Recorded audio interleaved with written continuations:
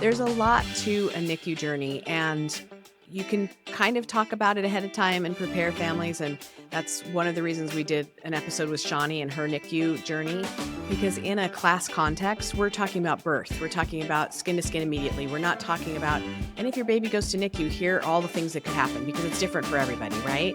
So I'm hoping that birth stories like this kind of give you an idea of the progression, and the more you know in a birth class of how to advocate for yourself, be curious about what's happening, keep asking questions. That's how you get through a NICU stay. Welcome to the Birth Education Center podcast, hosted by myself, Care Messer, an entrepreneur, birth educator, and doula. My team and I want to help you discover your options in birth and postpartum, how to find your voice, and how to use that voice to navigate our maternal healthcare system. You and your baby are not just a number. This information includes doulas too. Now let's get started. We have a really powerful birth story for you today. I have Hannah and Greg on with me with their little baby who's sleeping right now. We don't know how long that will last. But Hannah and Greg took my class really early in their pregnancy. I've known Hannah for a long time. She's a massage therapist. She's amazing. And she really prepared for her baby. Like, we started talking, a year before you got pregnant, probably, asking me mystery questions about what provider would you choose and what's going on with this, whatever. And I'm like, she planning. Um, but she really did do a lot of prep ahead of time, and they did take the class really early on purpose so that she'd have more time to prepare, because she's a type A over preparer, just like I am. And it actually served her really well. And I'm excited for us to get into this story today, because there's a lot of stuff in here. So welcome, Hannah and Greg. Thank Hello. you. Hello. I'm glad you're here. So Hannah, like I said, we prepared really early. Tell us the things that you think prepared you the most for having this baby. I would say from the class or in general around hypnobirthing and stuff, the meditations for sure. Like, I listen to them all the time, and affirmations. I listen to the meditations every night. I was actually kind of sad when I wasn't pregnant anymore. I was like, how am I supposed to go to sleep care? Like, you need a postpartum one, please. You're not the first person to request that. I should probably get on that. And affirmations, I think just like a ton of research in the beginning. I feel like I had like my stages of what I did. And at first I was like evidence-based birth, researching everything, like wanted to have all of that. And then got into the listening to like a bajillion birth stories is all like before I was pregnant. And then when I was pregnant, I was able to stop all of that. Like, I stopped the research, stopped listening to birth stories. Because I wanted everything that was coming in to kind of be like positive and filtered. And so even in like the positive birth stories, maybe it was just something that I didn't want to like kind of be in my brain at that time. So I kind of stopped listening to birth stories, and I really switched to like the affirmations and the meditations. I would say the other thing that was super helpful for me was years of therapy, but also I did biofeedback. Yeah, tell us more about that, because I noticed you put that in your review thing. Yeah. So with my history of trauma, I had a lot of anxiety still, even though I had worked through so much, and my anxiety was a lot lower. And I used biofeedback to really get out of my anxiety pattern. Like, I used to smoke to help with my anxiety, and I was like, well, that's not on the table. So I need to figure out another way to cope with my anxiety. And I started doing biofeedback, and it's basically like you go in, and it's not talk therapy at all. They literally put like electrodes on like your wrist and your chest, and like 3 or 4. And you watch a screen and you breathe to the pattern of the screen, and then you're supposed to go home and practice it every day. And so I would do it in the morning and at night. And I did it. I would go into the office because he would change the pattern of your breathing, like help you get like basically longer breaths. And I had done years of yoga and yoga therapy, but never this exact type of like very consistent, this breathing practice of a little bit longer of an exhale, but almost equal breath. And it was astonishingly helpful for my anxiety. Had no issue, stopped smoking, haven't had anxiety like I used to have from that. So, And was it nicotine or was it weed? we Weed. And the biofeedback, it's getting you back down into status quo nervous system, right? So it's not in your high peak and it's not in your low lows. Yeah, and so, like, they could see, like, you get the biofeedback, so you'd watch, like, you're literally, like, you're creating the peaks of the biofeedback, like, when you're doing the breathing exercise, and so then they could tell if you're pushing your breathing too much or, like, kind of help you find the right breathing pattern, I guess. That's awesome. Yeah, I knew that was a technique that you had used, and I wanted you to tell our listeners more about that. So thank you. What about you, Greg? I know that you did classes, but was there anything else that you did to help prepare for this little guy? No, not really. It's mainly all the classes. We took several classes though. And that's pretty much like what I had to prepare for the childbirth. I know you guys did a lot of work on communication and getting on the same page because that served you both well through this birth process. So let's get into tell me your birth story and the subsequent stuff that happened after that. So, in retrospect, I was probably in prodromal labor for, like, 2 weeks, but at the time, I didn't realize. So it started at, like, around 34 weeks, I think I started going into prodromal labor, and it started on a Friday night, and I had my PT tape my belly, and in the middle of the night, I was just like, it was tightening and it wouldn't release no matter how I was drinking water, moving positions, whatever. And so I took the tape off, and it still took a while to release, but I was like, it must have been the tape. And the next day was my blessing way with my, like, friends and colleagues. And I remember saying to my baby, because we didn't know if it was a boy or girl at that time, I was like, just stay another 2 weeks because then we can birth at the birth center. And then I was like, but if you come, whenever you come, I trust you. But I remember saying that, and in my head thinking, like, you're ridiculous. You're not going to go into labor before 37 weeks. But there was also an inkling of thought in my head of that I might. Even we didn't have, like, the water bottle with the straw yet. And I remember making a note in my head that the grocery store near our house had them just in case I didn't get it in time because my friend had bought it for me and I didn't know if I'd see her. So 2 weeks of just, like, a little bit of stuff going on. I remember saying to Greg one day, like, thinking, I don't know if I said it to you, but whatever's happening right now in my pelvic region, I hope it's at least doing something because something's happening. Because it's constant. And for those of you who don't know, you can't deliver a baby at the birth center out of hospital before 37 weeks. That's a thing. So you can risk out of a birth center if you go into labor before that. And that's where we were headed with this one. Yeah. And so then we went to the fair on a Saturday. So this is almost 2 weeks later, like a week and a half later. We went to the fair, and then the next day I was at work and I had 4 clients, and I just had this, like, burning sensation in the front of my abdomen. And I texted my midwife, and she's, oh, it could be Braxton Hicks. Like, are you dehydrated? Do you need a rest? What are you doing? I'm like, well, I did go to the fair today and I'm massaging 4 people today. So, like, clearly I'm active. And so she's like, go home, drink water, like, rest, put your feet up. And so, because once again, you're 36 weeks. We're not I thinking was baby 35. yet. I was still Oh, 35. 35. Yeah, we're Yeah. not thinking baby yet. No. And so that was Sunday. Same thing on Monday. Burning. I'm not trying to pay attention to if there's any pattern to it. I'm just like, the front of my abdomen burns and then it stops. And then it burns again and it stops. And then Tuesday, I worked all of these days on clients. And then on Tuesday, it was like, I was kind of like swaying through them a little bit. Like, I was like, this is a lot of sensation. I'm, like, moving. And I had my midwife appointment and my 36-week appointment that afternoon. My doula was coming to that appointment. So such labor denial, but no one thinks you're in labor. So it's labor denial on everybody's part. Your doulas, your midwives. So went to my 36-week appointment. It was happening in the appointment, and, like, my belly was getting tight, and everyone was like, it's Braxton Hicks. And I was like, okay, it's Braxton Hicks.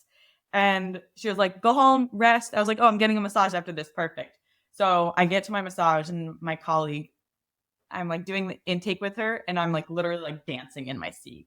And still at this point, I'm not in labor. Like, I'm getting the massage, and I could not stay still during the massage. Like, my feet would move, and I was, like, really breathing through what was going on. And I was still, like, this is a lot of sensation for just, like, Braxton Hicks. That could not have been a relaxing massage. There's Oh, it's no way. horrible. Like, she was so amazing. She was so sweet. She, like, got me a hot pack. It was so helpful, but, like, the week before, she had worked on me, and I was like, "Yeah, let's focus on, like, my hips again," because that felt so good after, and I was just like, "Don't touch me. Don't touch me." It was just so sensational when she was touching my hips. It was so interesting.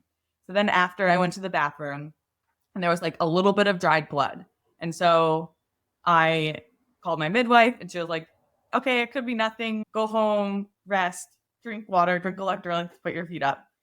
And she's like, "There's no pattern to this, is there?" And I was like, "I don't know. Like, I haven't been paying attention. I'm 30. I just got 36 weeks. You didn't tell me to time them. I didn't think to time them." So I'm walk out to my car and I was like, "Oh, traffic is horrible. I work in San Diego and I live in Oceanside." And so I was like, it was going to take me an hour to get home. And in my head, I was like, well, maybe I'll go for a walk. And then I was like, no, she just told me to rest. Get in the car. You're just going to drive home. And I started timing them. And they were every 4 minutes. And I was like dancing in the car as I was like, they were happening. And I get home and I told Greg, and my midwife was like basically calling me like every hour at that point. And so I got home and I was like, okay, they're every 4 minutes. And she was like, okay, like same thing. Like, let's see what happens. Maybe they'll subdue. She was going to reach out to a contact, another midwife that she knows up in North County to see if they could do an NST, and just see what was going on. And so I was basically like, and my head was like, well, I'm just going to watch TV. I'm going to watch a show. And I remember turning on the TV and then turning it right off. I was like, that is way too much stimulation. Cannot handle that. And Because right now we're moving into active labor, even though we don't think we are. And so I was like lying on the couch, and then I would like a wave would hit, and I'd go up into hands and knees and move around, and I'd lie on the couch. And then Greg gets home, and he starts timing them for me, and he's like, "There's no pattern to this." They're 30 seconds, then they're a minute, then they're a minute, then 30 seconds, then they're 20 seconds. He was like, "Oh, I'm sorry, buddy." He's like, "There's no pattern to this. I can't. You're not like."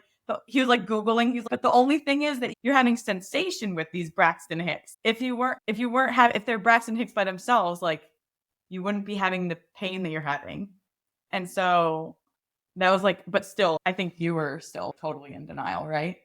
Yeah, I wasn't. I was like, it's so early to be going in labor, so like, I was definitely still. Is it? But like I said, I did look it up, and I was like, I mean, the fact that you're in pain, Braxton Hicks aren't. There's supposed to be no pain to them, and you're like clearly, visibly in pain, like you're feeling something. So she wanted me to go get the water bottle because we didn't have one with the straw. So I did that, and then when I got back, that's when we called the doula, right? I think when I we got texted her at some point, yeah, just to let her know because she was there earlier. Hey, something might be happening. And then it ended up being like 3 hours later from the time I got home. I think that like our conversation between me and him and midwife were all like, okay, let's go in and get checked out. And just like, she basically said, go in, have them put you on the monitors, see if these are contractions or if they're not showing up as contractions. And so he got random stuff together because we didn't have anything packed. He was like, here's some baby clothes. We actually didn't have any baby clothes. We had like socks, hats, and mittens. And I'm like, we never even used mittens, but we had hats and mittens. And I don't think we had any baby clothes, but we had some baby blankets and stuff. And so he got a bag together of my stuff, his stuff, and then some food and stuff like that. We were going to Scripps Encinitas. And so I know how you say, like, when you're driving the car, don't talk about anything that goes wrong. There was like the entrance to the highway was closed, and he's like, God damn it. He's like driving around the back streets.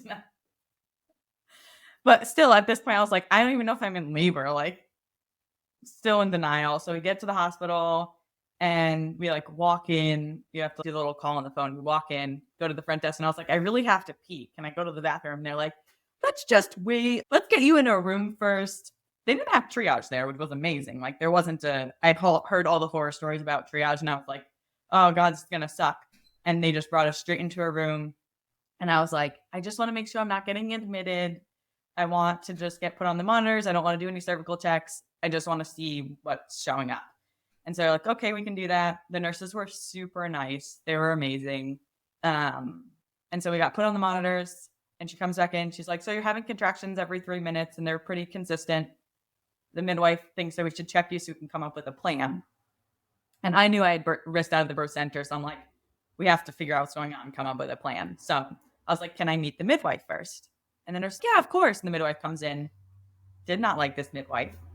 She was kind of mean. And I was like, I just want the procedure. Like, can you explain to me what a cervical check actually, like, what you're going to do? Because I've never had one. And she was like, kind of pissy about the whole thing and not very nice. She was having a bad day at work. Having a bad day at work. But she gave me the most painless cervical check. So I was like, in my head too, like, oh, it's going to be so painful. Everyone says it's painful. And I'm not dilated at all. So this is going to be horrible. Like, they're not even going to be able to find anything.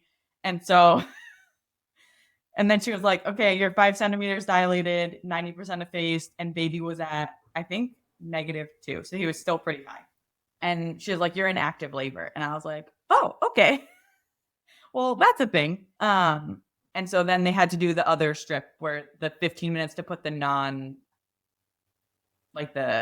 wireless free ones, which by the time I got done with that, that's when the doula showed up. And we didn't have like our birth plan printed out. We had it all written, but we didn't have it printed. And it didn't end up getting printed, but the nurse was super nice and was like, let me write down the things that you want. And so like we went over it with her. And then I was like, okay, once I got wireless, I was like, I'm going to try the same thing I did at home. I was like, side, tabletop. He did not like that. Didn't know what it was, a boy or girl at that point, but he didn't like it. And so we tried, she was like, okay, baby's having some D-cells. Let's get you upright and see how they do. And he was totally fine. So I basically spent the majority of my labor in the bathroom, sitting backwards on the toilet, forwards on the toilet, and then standing. And he was playing the meditations for me and the affirmations for me. And then whenever I was thirsty, I'd go, and then he would give me water. I'd just like smack my lips and he would give me water. And he knew exactly what to do because we practiced all of that. And you weren't in labor very long. No, like we went in at 9 o'clock. It was 9 p.m. when we got there, I think. Like 8:30, 9 o'clock when we got there. And then there was a point where I was getting grunty. And so my girl was like, maybe you should be checked. You sound a little pushy.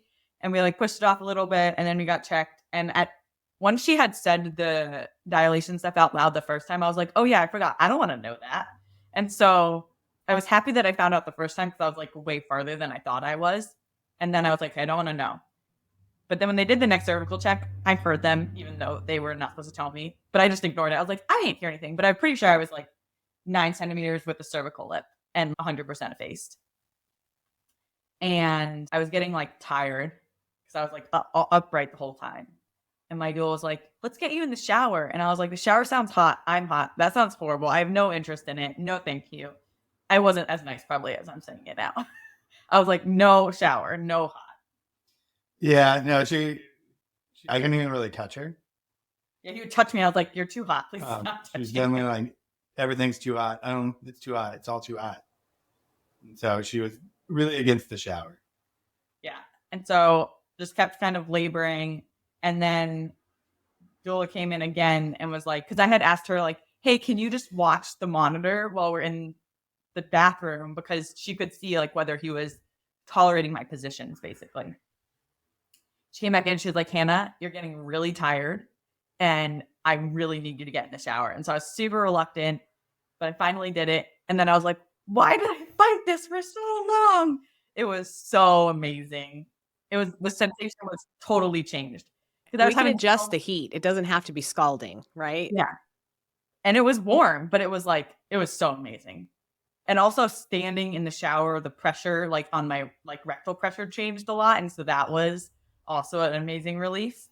And I think you napped at that time. Yeah, the doula was like, go take a nap. You're exhausted. Because this is like probably 4 a.m. at this point.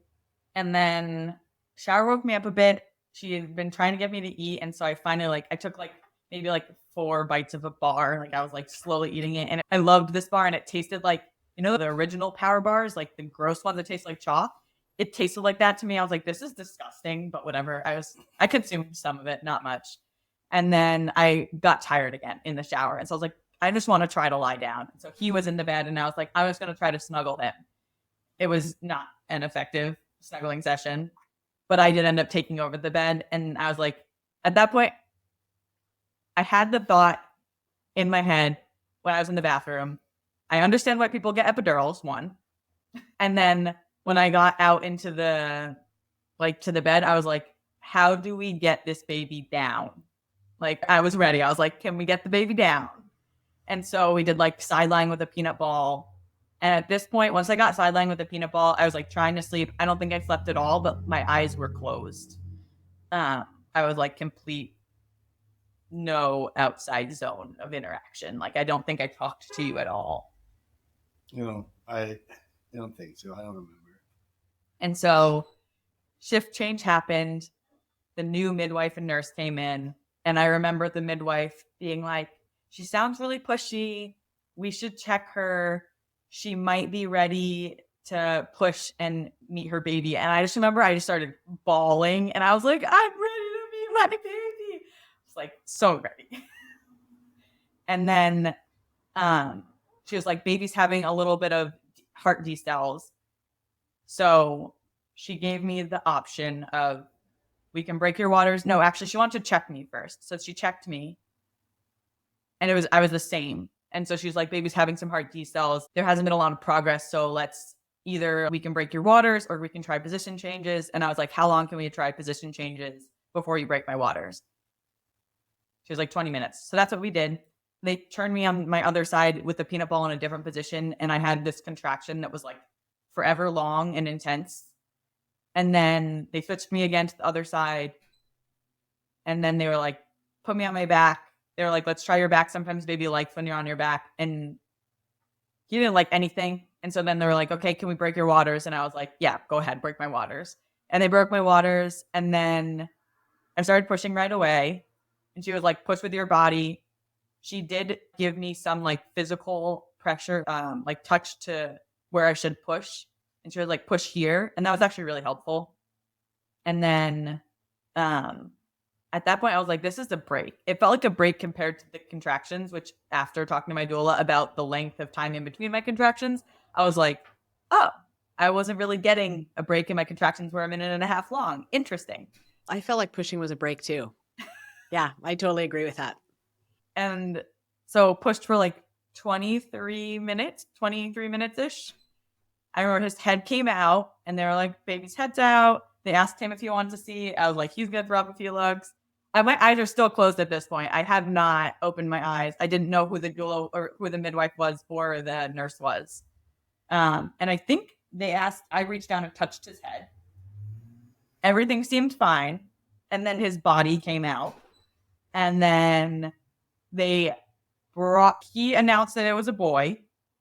And then they brought baby up onto me and they were like rubbing him vigorously with a blanket or a towel or something. And I was like, don't wipe the vernix off. And they were like, your baby's not breathing. And I was like, rub the baby. Like I like remember just like starting to like rub him and like talk to him.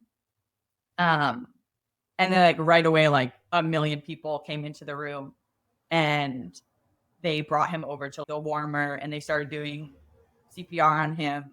And it was not working. Like, I mean, it was working, but like he was not getting like a heart rate back.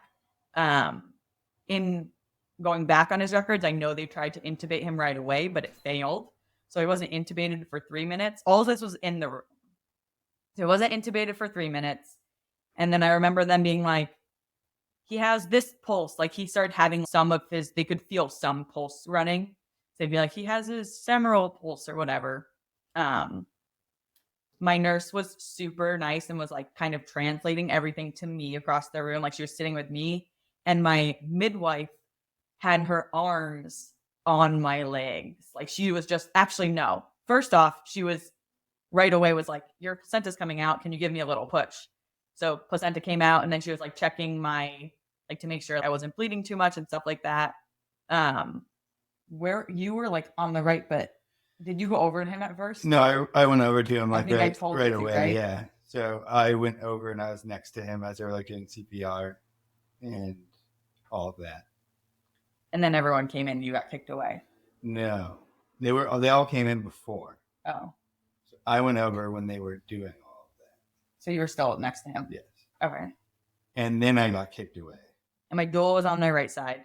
Nurse was here. Ron was over there. And I remember we are just talking to him. Like, we are saying his name, talking to him. We hadn't picked his name yet, for sure, because we didn't know if it was a girl or boy, but he got his name right away. And then basically they got him to a point where they were going to bring him to the NICU. And then I was like, Greg, you have to go with him. And then they were trying to say that Greg couldn't go with him. And I was very adamant that was not an option. So he went with them. The million people left the room. And that's when my midwife, like, she had her arms on my legs, just like pressure on my legs. And it was so grounding. Yeah. I don't think I realized how grounding it was until she was like, okay, I have to go now. And I was like, everyone's going to leave me? There was just like 6 million people in here. And now everyone's going to leave. And my nurse was like, oh, I'm going to stay. And my doula was, of course, there. But it was just a wild from everyone being there to no one being there. And I was like, okay, when can I go see him? And they basically said, like, since you're unmedicated, we just need to make sure you're not bleeding too much and that you can stand up and go to the bathroom. And so they were like, did you feel like you were in shock? Because absolutely. I mean, I was I was definitely crying, but also in shock. I think at that point I wasn't crying. I was just in shock. It was a mix of both, for sure, of like crying, but also the crying was like, I have no idea what's happening. This is so surreal. And I was just like in mode of, I'm going to see my baby and I'm going to get to my baby. I don't know if my baby's going to live. I don't know what's happening. And no one could be like, oh, your baby's going to live, because no one knew if my baby was going to live. So that hour, wasn't bleeding too much, went to the bathroom, got in the wheelchair. I was like texting back and forth with Greg. I followed the Chuck's team from Rady's Children's Hospital down the hallway because they were already there to transfer him. And then they like knew who I was. They let me go in and I got to see him for the first time. And he was like hooked up to everything. And his eyes were like swollen shut. You had been there when they tried to put the umbilical line in and stuff, and they like struggled to do that, right? Yeah. So they didn't want me to go into the room because they needed it clean, but I was like, I'm going to be in the room. I won't touch him, but I'm not being in the room. So I followed them into the room, and they needed to get an umbilical line in. So they were trying to do that. They tried like 3 times and finally barely got it in. Later, when we were at the NICU, they were like really surprised that the umbilical line was kind of really poorly in. It was like super low lying is what they called it. Yeah, so it like barely was in there. But when they were doing all this, I just kept talking to them. I hadn't really like said anything yet, what the condition he's in or anything like that. So I had no idea what was going on. The nurses were like giving me water. They were like comforting me because I was obviously like, I had no idea. I was crying. It was super hard. I couldn't touch him yet. I like only got to touch him for a brief second before they like intubated him in the other room. I was holding his hand before like everyone flooded the room. So they finally have the line in, and he's appearing to be more stable. So I start like asking, like, okay, like what's going on? Like they tell me that he has to be transferred to Children's Hospital. So the Children's Hospital is sending the transportation team here to transport him. They kind of told me what happened, but not fully. They were just like, he didn't have oxygen for a prolonged time. He needs to go get cooled. We don't know the extent of it. We don't have the necessary means here to take care of that. So we have to transfer him to Rady's Children's Hospital. And they're like, he could be perfectly fine, or did they say that? They said he could be fine, or he could not survive, depending on how severe it is. And so that's pretty much where they left. I remember hearing those same words, Greg. So I know exactly how heavy they are and how it's not what you, after you had this unmedicated birth that you'd planned for. And then to hear that, there's no way I'm hearing that right now. Yeah. I think I got to go over to him and touch him and be with him before Hannah came in. So I was just holding his hand and telling him how much we loved him. And then Hannah came in. Yeah. And then I like cried and I got to stick my finger in his little hand because he was like, you couldn't really touch him. You couldn't like pick him up or anything like that. And I talked to him and stuff. And then it was like, okay, we got to get him. They gave me some time with him and Greg some time with him. And we got some pictures. And then they were like, okay, we need to like transfer him. So then I went back to the room. My doula made me eat, which I appreciate. She was like, you need to eat something. Because a midwife had come in and was like, I will discharge you in 4 hours from the time that he was born, as long as your bleeding stays normal. Because I was like, I want to go to rabies. They brought him into me one more time before they transferred him. And then Greg came in and the midwife asked if I wanted to, she was like, okay, we're going to send your placenta to the lab to get it tested and stuff. And I was like, no, I want my placenta. I wanted everything. I wanted my dress that had like my mucus plug on it because I was like, I want everything because I don't know if my baby's going to live. Like I'm keeping everything. I did the exact same thing. Like when I say that our stories mirror each other, it was like, I want my stained nightgown. I'm keeping I want my swimsuit. We hold on to what we can control in the moment because everything is so out of control and it's so surreal that we just don't mess with anything else that I can control. Yeah. It's pretty overwhelming. Yeah. I started pumping when I was there. Lactation came in, gave me a pump and whatever. And then at 4 hours, my doula drove me to Radies. My mom was coming in to help with the baby. She lives in Connecticut to come and help get prepared for the baby that weekend. And so she actually had landed in California at her friend's house Tuesday, the day that I went to the hospital. So she was in California. So she actually came down to Radies, and you can have like 2 people that come in to the NICU with you. So it was like his sister and my mom. And so then I guess we get to like the NICU part of our story, which I think it was on day 2 where someone told that we found out that he wasn't breathing he didn't have a full heart rate back for 14 minutes. So he didn't get intubated till 3 and then he didn't have a full heartbeat till 14 minutes. We still had no idea. Like no one was like, your baby's going to live. So they cool them right away. So that's what they do. And they cool them for 48 hours and then they rewarm them. And then they do an MRI.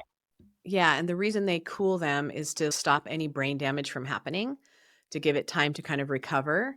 That technology came out a year after my daughter was born. So had just told Hannah a little while ago, I'm so glad that you guys had that technology because it makes a huge difference in how babies recover. And I've seen it work over and over. Yeah. I think that the first person that I saw was neurology.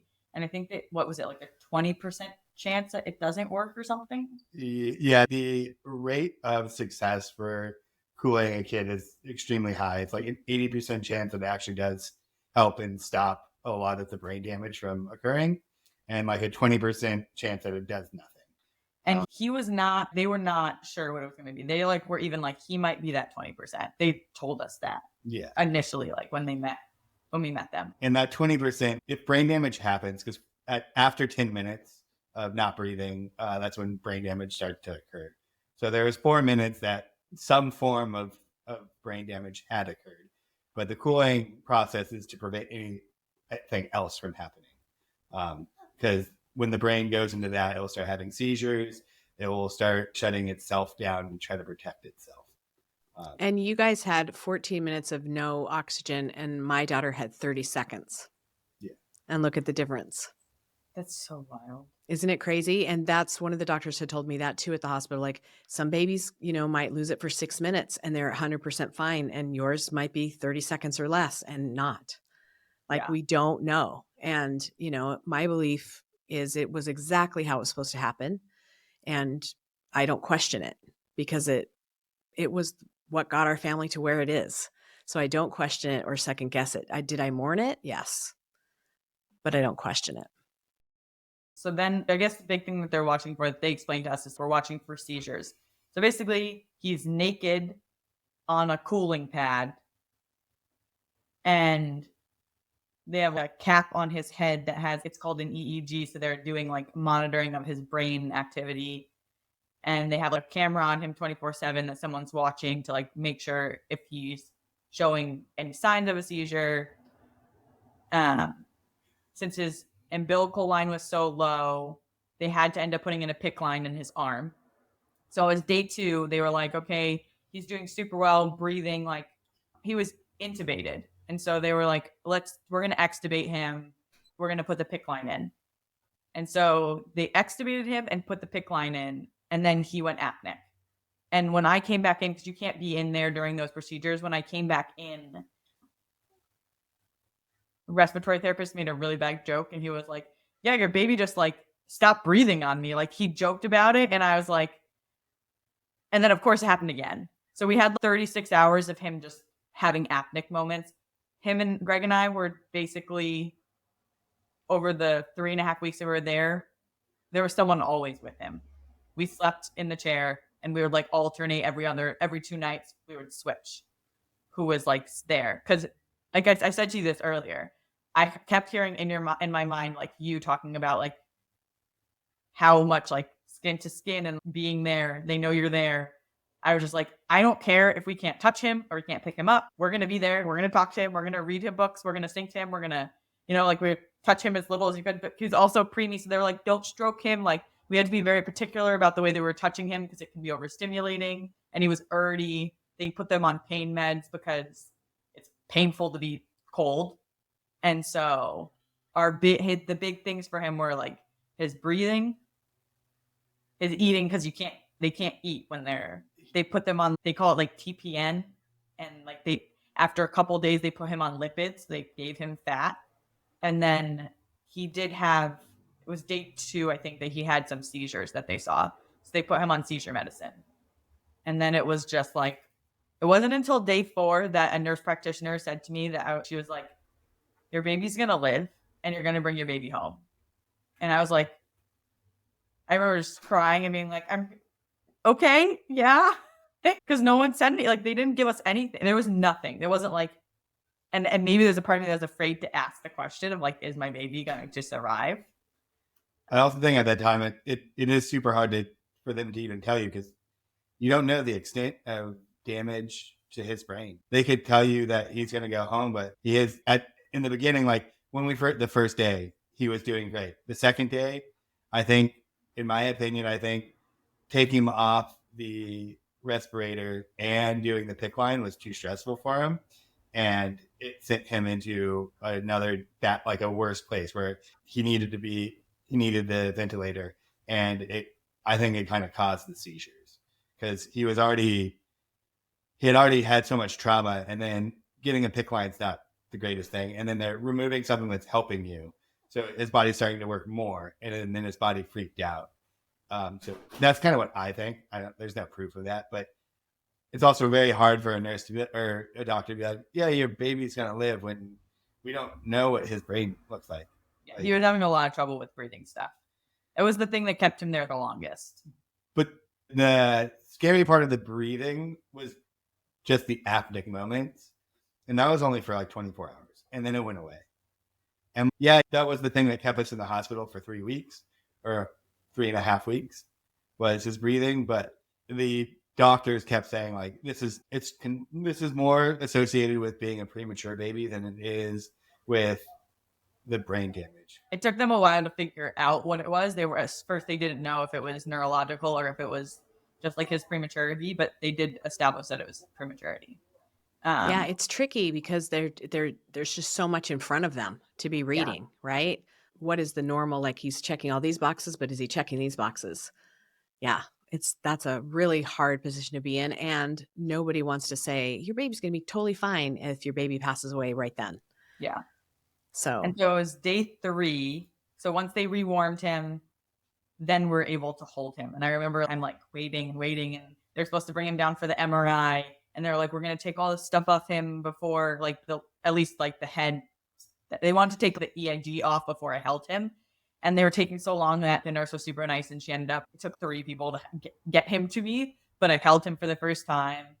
And it was honestly, it was just, I think it was surreal. It didn't feel real. It didn't feel like I'm finally holding him. I felt more connection to him when I wasn't holding him because it was just, I think I was just so numb and like confused and scared that it was just like, okay, I'm finally like holding you, but it didn't feel in any way that I would have expected it to feel. Not that I had an expectation of what I would feel like in that scenario. Yeah, because you are numb. You're trying to protect yourself from what could be happening. And then to hold a baby, even though that's what you want, it's the most overwhelming thing. I remember the exact same feelings. Yeah. And then from that point on, it was super surreal to hold him. Um, and I had just been like pumping this whole time, and he was on an OG tube originally, and then after a bit, he got switched to an NG tube, and then because of his breathing issues and him being on different types of oxygen support, that's what kind of delayed his feeding. So he was getting they were giving him my milk, but it was through the tubes. And you got to do, this would be something that I think is super important, is the cares. Like when they do their cares, you can do everything. Like Yeah, you can explain to take people break. what cares are. Explain to people what cares are. So I think they do it depends on the baby and their schedule, but it's like every 3 to 4 hours normally. The nurses come in and they take their vitals and they take their temperature and they change their diaper, and they basically do all the things at one time so that then the baby can rest. And you're like, my baby is hooked up to a million things. Like, I'm so nervous to do anything, but you can do everything. We changed this diaper. You can give them like oral care is what they call it. So they'll give you like basically like a Q-tip type thing, and you can take your colostrum or your milk and you like soak it in it and you like rub it in their gums. So they're still getting that, even though they can't eat, they can get it through their gums. And then like we took his temperature for them. Like once we got more comfortable, we were like switching his like leads and stuff for them. We were doing everything, but they'll let you as long as you like kind of ask. And then there's some nurses that are way better about being like, hey, do you want to do this? And so it became very much, they knew that we wanted to do it. We were there 24/7. We did all the things. So yeah, the cares, I would say for anyone listening, please just ask and they will teach you. Be like, I don't know what I'm doing. Just show me what to do. We learned so much too. Even like little diaper tricks. Fold the diaper underneath and then you have this clean surface. And I'm like, perfect. Awesome. Cool. And the cares really help you bond with your baby when you're in an unpredictable situation that you didn't expect to find yourself in. And you get the touch and you get the response back. They're very important that parents participate in those. And some NICUs are very concerned about, like they're careful about getting you involved, and others are not because it's faster for them to do it. We have an amazing hospital here in San Diego. Radies is phenomenal. They have the most amazing nurses there. Yeah. And I think the nurses, we did have quite a few nurses, but we also had quite a few repeats. So they just got used to us being there, used to us being like, we're the ones who we want to do this. We're here 24/7. There's one of us here every day, whether it's me or Hannah. There's maybe 1 or 2 nights that my sister stayed there. My mom stayed a night. Yeah. So there's always somebody there with him. And so it was super important for us to keep that bonding, because especially in a situation like this where you don't know that skin to skin is so important. So like, oh, I guess that's what being there, touching them, doing the cares, that's some of the only like touching you can do, especially in the beginning when he was cooling. Like right after he was cooling, he was still on the oxygen, so it was really hard to hold him with all the tubes and stuff. It took a little bit of time to get used to holding him like that as well. So normally in the beginning, the nurses would have to come in and help you. There's just too many lines. But after a while, you get really used to it, and then they would just let me and Hannah pick him up whenever. Yeah. Once you had a decrease of the amount of lines that you were moving and stuff, then we would just pick him up. But basically, like after that first hold, it was like skin to skin all the time. Greg and I were just like, we would like zip him up in our sweaters and stuff. Like, yeah. So I had a zip up sweater, and I would literally just have him in my sweater and I'd zip him up in it. And even the nurses were like, I've never really seen that, but that's really smart. And I just sit there and just read to him, or, he obviously was sleeping a lot because of everything that happened. So I just talked to him. I'd read to him. If not, I'd be talking to Hannah, texting her or something. But he was just always on. me when I was in the hospital or on Hannah when she was there. And then once his oxygen got low enough that then we're able to start, we started non-nutritive breastfeeding first, which is you breastfeed that, you pump first and then you breastfeed them so they can get used to it. And then we started nutritive breastfeeding. He needed a nipple shield for 6 weeks. That was not my favorite thing, but I was like, at least my baby is eating. Like, he is eating. We're going to take it. Those preemie mouths, man, it's a lot of work for them and they're tiny. Yeah. And then we got transferred to the garage, which they call it the garage. When your baby is like almost ready to leave, then they transfer them to the old NICU. And the old NICU they basically call it a garage because it's kind of a garage. But we're very happy to be in the garage. And yeah, he was on they called it a puff of oxygen for a really long time. Some doctors were like, he doesn't need to be on oxygen. Other one was like, he needs to be on more oxygen because the amount of oxygen he's getting, he's having more of an obstruction of his nose by having the nasal cannula there. But he just wanted to be on that little puff of oxygen until he was ready to be off of it. The breastfeeding journey was interesting because it was super delayed and then he needed the nipple shield. And then, yeah, I was super overproducing because of how much they were having me pump. And they were doing the feeding where you're giving him a bottle, you're breastfeeding them, then giving him a bottle, then they're finishing it in the tube. And, but he got to the point where he was taking all of his feeds. The day that we got discharged, his doctor, the one that we'd been working with the last week before I got discharged, we got really close to her. And when she was discharging him, she was like, I was trying to look back at how much he ate, but you breastfed him all day long. And so I couldn't see it. And she was joking, but giving me a little bit of shit. It was funny. But you're like, because that's our goal. We're going home breastfeeding. We've worked hard for this. We planned and prepared for this. There's a lot to a NICU journey, and you can kind of talk about it ahead of time and prepare families. And that's one of the reasons we did an episode with Shawnee and her NICU journey, because in a class context, we're talking about birth. We're talking about skin to skin immediately. We're not talking about, and if your baby goes to NICU, here are all the things that could happen, because it's different for everybody, right? And obviously we don't want the NICU to be your next journey. So I'm hoping that birth stories like this kind of give you an idea of the progression, and the more you know in a birth class of how to advocate for yourself, be curious about what's happening, keep asking questions. That's how you get through a NICU stay, because every NICU is different. All the nurses are different, and you're seeing a ton of nurses. It's not an easy thing by any means, but knowing how to advocate for yourself through labor and delivery will get you through into a NICU doing the exact same thing. Because you do have to say, nope, we're going to stay here 12-hour shifts. Because a lot of times they don't want you to. They want you to just do visiting hours and then come back later. And there are some of us parents who just say, F that. I will be with my kid the whole time. And there are some that do go home. And there's no shade on that either.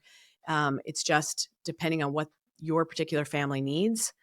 It's the learning how to advocate for yourself and learning how to ask questions and be curious about finding out answers you don't have through the process, instead of just listening to it and saying, yes, ma'am, or yes, sir. Because that's when I think we have the most out of control feeling, because we don't have any say in what's going on, nor are we asked about it. Yeah. And I guess in that, we partook in rounds every day. We made sure we were there, and I would have my notebook and ask all my questions, take notes as they're talking, and then ask them the questions that I had when they were done talking. And I guess on that too is we had to decide if we're going to keep him on seizure medicine or not. So his diagnosis is HIE. It's hyperischemic encephalopathy. Basically, didn't have oxygen to the brain for an extended period of time. And they're like, you can take him off seizure medicine in the hospital. You can wait till you go home. You can wait 6 months. But basically, all of his seizures were subclinical, so you couldn't see them. And for premature babies, they tend to be subclinical until they're full term. And so we decided, okay, let's not bring home a baby that we don't know if he's having seizures or not. So we waited until he was home for a month, and then we took him off seizure medicine. And he's been off seizure medicine now for 3 months. That's fantastic. Yeah. The neurologist, though, he was extremely good. The main one for his care. He was an extremely good neurologist. And when they had done his MRI, we had a different neurologist come in to tell us the results. And we were given this very blank slate. oh, he could be fine, but he could also have cerebral palsy. And like, they didn't really go into depth of what happened. They didn't really like, that was it. It was just this very cold answer of, yeah, who knows? He has moderate brain damage. It could be from this to this.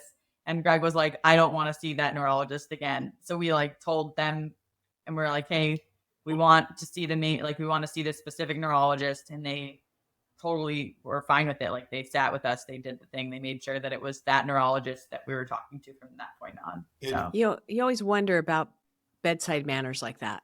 Dude, like we're in trauma right now and that's how you're talking about it? Cushion it Yeah, a little bit. that was what really bothered me because, this is where I would day 5 or 6 now of being in the NICU. We still don't know if he's going to, we're just getting the hope that we're going to take him home. And then we get this very like cold response of, and I understand like you can't give us you guys, there's no answer to give us because it really is, oh, he could be fine. He could also have troubles. But I felt just like the way that it was approached by that neurologist was very poor, which is why I wanted to talk to the other neurologist because he, even in the beginning, he was always very like hopeful in his approach to coming to NICU babies, being like telling us like, oh, there's a 20% chance it won't, but there's an 80% chance that this cooling process will be like super helpful for him, and we'll get him out of here as quick as possible. You guys can take him home. And he's like, look, like he's like, I always say like be what was it, optimistic. What he said a certain way though, skeptically optimistic, I think it's what he said. So always be more on the hopeful side of what happens.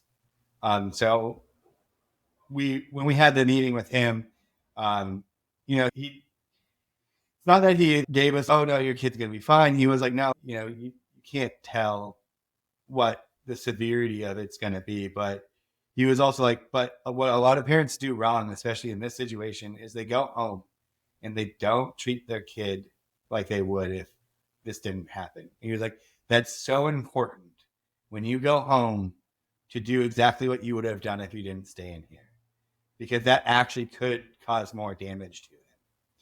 So he was like, because like when for me and Hannah, like we really like the ocean. Me and Hannah are both like swimmers, and we're like, okay, like can we take him swimming? And I like to go snowboarding. As he gets older, not now, but as he gets older, I'm like, I like snowboarding. Can I take him snowboarding? He's like, just do all that stuff no matter what. Just do it. Like treat him as in the sense that it didn't happen. Not that it didn't happen, but like you have to treat him like it didn't. Don't stop him. Don't not let him go to places. He just gave us more hope, right? He's a very statistic based neurologist. So he's, well, statistically speaking, your child has a pretty good chance of coming out of this and being okay. Like, and he gave us like percentages and stuff like that. Where like we didn't get that from the first one. So it was I left that meeting feeling a lot more hopeful, a lot more, okay, I understand that, there is an aspect of the unknown with this because he does have some brain damage, but it doesn't, there's still hope that everything goes the way it's supposed to, in a sense. And those brains keep building on each other. So the parts of the brain that are damaged, the other ones will enhance too. And no one can predict that right now. Yeah. And that was the whole thing, is like neuroplasticity. We don't know. Yeah. And that's like what he did. Because like, I know like the first person, there's none of that. Like, no, like, oh, well, he's like, the brain's an amazing thing. It's like a sponge. Just because he has brain damage in certain areas doesn't mean that because he's so young, doesn't mean that his brain just won't automatically make new neurological pathways to a different part of his brain. And you'll have no idea that he's using a different part of his brain to even talk than we are. And there would be no way to tell that other than an MRI. And he's like, so it's that kind of hope that he gave us. And you know what? The best advice he gave you is treating that baby like normal. Like you can do adaptive snowboarding. You can do adaptive bike riding. If that is necessary, why hold a kid back? Because we had the same kind of doctors, some that were just like, there's nothing going on in that brain and we're lucky if this kid will live, and it's a miracle if she does. And it was so, ugh. And then the other one's like, hey, we don't know what's going to happen. Don't let anybody tell you that she can't walk. There's gait trainers. There's all these different things. There's amazing PTs. And obviously we're going to latch on to the one that's more positive, but we should be doing that in general, is being more positive and not saying your baby's going to live and be, a world-class athlete. But at the same time, parents need to go home with some hope to keep this baby afloat, to keep the whole family afloat. So I'm glad that's the doctor that you got, because that skeptical optimism can literally make or break a diagnosis. Yeah. No, it was huge. And that's why I wanted to talk to him, because I was like, it didn't sit well with me. We weren't sure when we were getting out of the hospital anyway. So I was like, we're going to be here at least another week. So I'd rather have a meeting with him, talk with him. And I'm glad we did, because I felt so much better after that. And it helped, especially like when we got home, and the approach that we have had since we've been home with him. We got home like right before my birthday. So we went out to dinner, and we even had some friends come out to dinner with us. And he went out to dinner with us. So, and that's something that we would have done had this not happened. So I think just having that neurology like approach to it has definitely helped us at home. Well, and Hannah, and both of you, I should say, what do you think helped prepare you to handle all of these unknowns? One thing that I will say is your class really helped me at his birth to be not take "I can't go with my child" as an answer.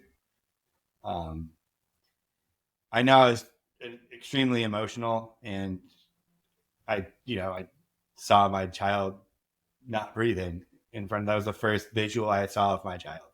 So it was very hard for me, but I knew from your class that no, is not like, you cannot tell me I'm not going with my child, because that might be the last time I see him. So no, I'm not listening to that. And I'm going to advocate that I will be in the same room as my child until I can't, until whatever happens. And on that note, one thing that I will say, you cannot ride in the ambulance with the CHET team. It's a special ambulance. They're a special team. I actually believe that they are technically nurses. They're not just paramedics. So they are super trained professionals. They're actually the ones that come into the NICU and do the PICC line. Like, nurses in the NICU cannot do it. They're not certified to do it. The CHET team is the one who does it. So these are extremely well-trained children's transportation unit. But you are not allowed to travel with them at that time. So I was with him, and I understood that, because they have to keep their ambulance sterile and super clean. So they have regulations that they have to follow. But I was with him up to that point that he left in their ambulance. But I would say that was something that really helped me through this, was knowing that I can tell them no, I'm going to be with my child, and you're not going to tell me no. Besides that, it was just really kind of working with Hannah and my family. One thing that helped a lot as well is I was actually a NICU baby. I was in the NICU for 3 weeks. So talking to my dad, comforting me, reminding me that, hey, you were in the NICU for 3 weeks when you were born. And look at where you're at now. So that was super helpful. Besides that, it was hard dealing with the unknown, and talking with Hannah and working through it was difficult. Sorry, you're smiling. And your son having a different NICU experience than you did. Yes. Is kind of healing on a different level without even knowing it. Yeah. What helped prepare me for... Hannah, you prepared so much. Way more than the normal parent. And you and I both know that, because I joked about you for a year before you even were pregnant about all the things. But sometimes that over preparedness, and when I even read your theme of your birth, it was go with the flow, let go of the things you can't control and stay present in the moment. And I think that's kind of what your preparation allowed you to do. Yeah, I think that all the preparation and then like my whole life, right? Like every experience. I don't know if that's one thing that helped me. I think it's like all of the work that I've done on myself and yeah, like all the preparation. And then it was just trusting. I mean, trusting and taking it one day at a time. I think that not trying to jump into what is this outside of like what's right here, right now. And then I would say like being there and getting engaged, taking part and spending as much time with him as possible. But then also, it was important and it was really hard for me to leave. Really hard for me to leave. But he was like, you have to go. You need to sleep. Like taking that time to also just like at least sleep and eat. And breastfeeding for me was just such a goal that it really helped with that. I am of no use to my child if I am not taking care of myself. And that's the hardest part about the NICU is we don't want to leave, but we have to have sleep. And the beautiful part is if you've got a partner that can stay there, you can get solid 10 hours, which is only going to help your recovery, only going to help your milk supply, and only going to give you the refreshment to go back in and be there 100% for your baby. So that, and no brand new postpartum mom gets 10 hours in a row, and you can literally die for 10 hours, come back to life, get back to the NICU and work on your breastfeeding stuff. 10 hours minus the pumping breaks, but yeah. Right. Yeah, exactly. We should say that. But yeah, no, I like think all I did was sleep. Like he would go to the gym, but all I did was like sleep and cry. Well, do you guys have any advice for new parents, whether it's just about preparation for birth or whether it's if they have a NICU stay, like what would you start with both of that? Preparation for birth, and then what if there's a NICU stay? Preparation for birth is find the resources in your community. Listen to birth stories, do your research, like be prepared and then let go. Like I think that's my biggest thing. Get all the preparation, but then also let go, be present. Because all that knowledge is then there for you in that process. And then NICU stay, lean on your community, be as active as you want to be in the care of your child, in the rounds, like ask questions and like you can advocate for things that you want. I know the way that we did it might not be the way for everyone, and find your own balance and like really trust that.